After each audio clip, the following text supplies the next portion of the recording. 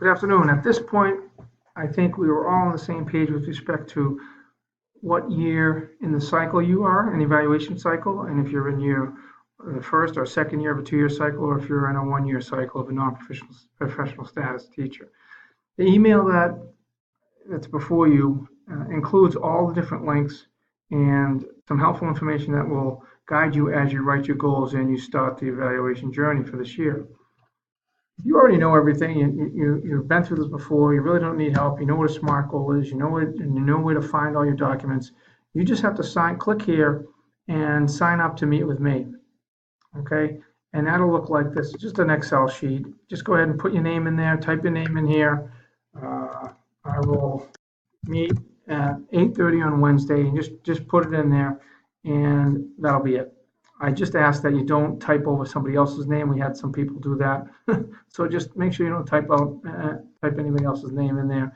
And if you can check with this right before you meet with me, make sure your name is still there, because that's what I'll go by. Okay? So that's where you sign up. Everybody needs to sign up here, regardless of the cycle that you're on, so we can either review the goals that you have, make some changes, or talk about new goals. Okay. Next is, here's depending upon the cycle you're on, here's what you need to do for that, and then here is where the goals and the ed template is. Okay, it's pretty standard, pretty simple. You have a SMART learning goal, a student learning SMART goal, and a professional practice SMART goal, and then down below you have your action plan, your actions, and your timeline, and they should sync up. Okay.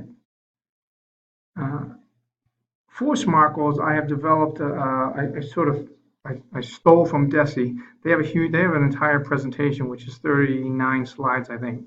I condensed it down to 7, of which I put 2 of the biggies in this email. So again, if you're somebody who can pick up right where you left off, or if you don't need much, there are two slides. One's here and one's down here that you really need to know. You get those right, you'll be able to write your goals and action plan. And I'll go over the presentation right now quickly. So when you're dealing with SMART goals, you need to make sure that they are SMART, and it's an acronym. It stands for these things here.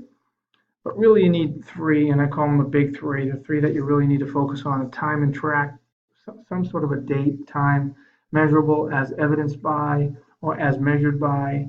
That needs to be in there, and then something specific with a number or strategic plan as to how you're going to, what's that threshold you're going for.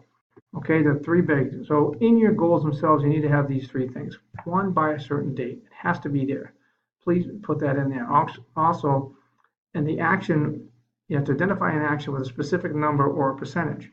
So if there needs to be a number or a percentage, or even sometimes both if it calls for it. And then finally, you need to have as measured by, or as evidenced by. And so I have a couple of examples that are here. So I want to communicate better with parents. Okay, it's a good goal, but it doesn't really include the big 3. You need to have the big 3. There's no dates, there's no quantifying number, and certainly there's nothing that's going to prove that. How do we know you achieved it? So down below you look at it, and that's the SMART goal. And there are certain things that are in bold. Hit the date here, and for this person, they have two different dates because they want to check in each semester or each term or whatever it may be, and you can do the same. And then as measured by at the end, a completed communication log. So that's a SMART goal. Okay, there are other examples that you can look at your own time. I don't want to bore you here, but there's a couple of things that you still need more help. Okay, when you get down to your action plan, you have your action, your supports and resources, and then your timeline or benchmark or frequency. Okay, so it's just make sure you identify what your action is, how you're going to achieve your goal. In order for me to achieve my goal, I need to do A, B, and C, or as many steps as you need to take.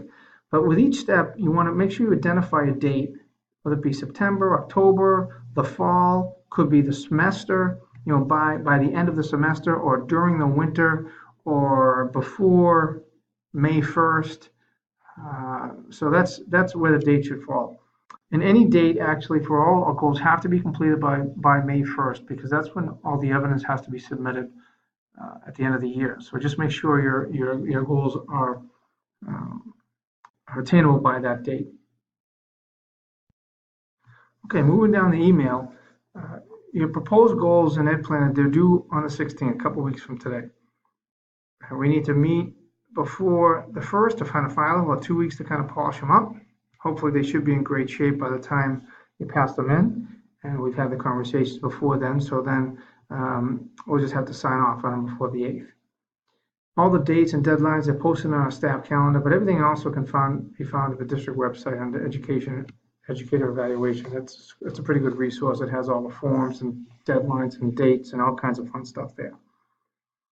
And just a reminder, with your goals, just make sure it's something that you're really interested in or something that you're already doing. You can do it with a partner. You can do it with it could be a department goal.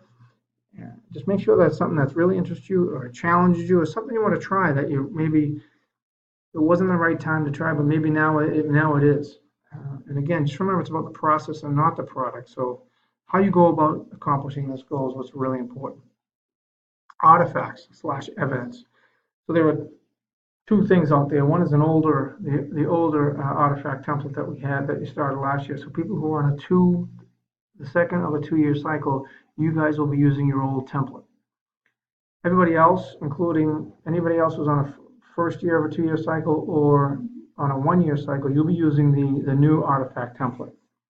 Okay, and that's something that here it is. The only difference is that the new one only contains the 8 different elements, power elements. Okay. Not the 2 high school ones, and sort of we dropped that off to minimize, again, just to minimize the work for everybody involved and to become really focus in on the important things and do a good job with the 8 that we have. And that's what the form looks like with links that are sent. You put links in here, reflection. There'll be a link to a reflection that we can talk about once we get the goals submitted and get that process. That would be the next step. Okay, and then there's the mini observation template, and this here is what some of you have already observed, a few of you already.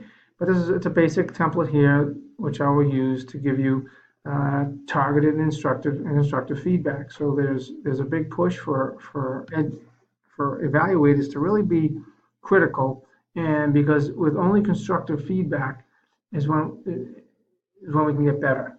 So it's important that we do that. Provide you with feedback on everything, and it may feel, well, it's kind of a little thing, or maybe it might be a big thing. But regardless, if it's something that might be considered, and we can talk our way through some of the recommendations, whether they would be helpful or not, and how we can go about implementing some of those things, some of the recommendations. All right, that's it. So hopefully that's it, and I'll see you in over the next couple of weeks. But again, make sure you sign up. Everybody has to sign up in one of these days over the next week and a half. Thank you.